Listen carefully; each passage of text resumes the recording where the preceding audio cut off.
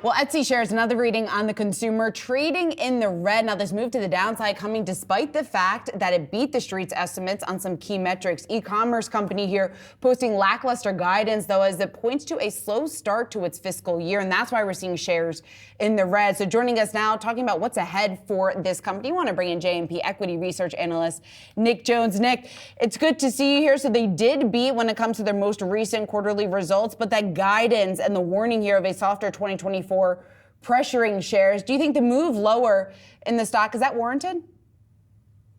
Yeah, I think it is. Etsy is one of those platforms that's always commanded, or the stock's always commanded a higher multiple. So if you want to command a higher multiple, you got to give, kind of better than expected results. So I think when you come in with a little softer than expected guidance, that resets expectations. The stock usually moves accordingly. That all said, we really like the stock here. We think the price is an interesting entry point.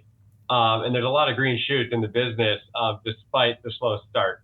In one of your most recent notes as well, I mean, you talk about the language learning models, the generative AI, the investment in product development. What do you expect to see on the investment front, and how will you be tracking to see where that actually shows up in some of the financial performance at the end of the day too, where customers are feeling like they have a more enriched experience that leads them to drive up that gross merchandise sales and volume on the platform?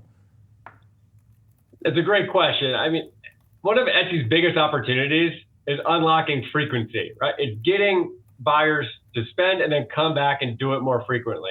Etsy has no SKUs. There's no barcodes. It's not easily indexable listings on their site. So by deploying large language models and generative AI, they can start deploying tools that help users get to what they want faster. And an indication of this is their recent launch of a product called a technology called gift mode, where you can kind of go through a generative AI powered funnel to get a gift for a loved one. If you're trying to whittle it down and you don't want to spend the time kind of searching through all the listings, they can kind of curate it for you using that technology. So I think that's just kind of early signs of what's to come, of where they're going to be investing behind. What does that then mean, Nick, here for revenue in terms of the bottom line impact that you're seeing down if you take a look at 3 to 5 years from now, once we get a little bit more traction on that new product? It's really tough to say. It's early. They just launched this before their first ever Super Bowl campaign a couple of weeks ago. So it's really early to determine what that's going to look like. I think really the driving factor behind growth is they had a massive pull forward of demand during the pandemic.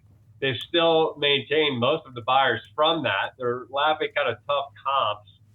When we start looking 3 to 5 years out, I think the key driver is going to be the macro environment. We looked at the back half of this year and decreasing interest rates as an indication of probably a more aggressive consumer in terms of discretionary spend as they start to feel more comfortable about their financial situation.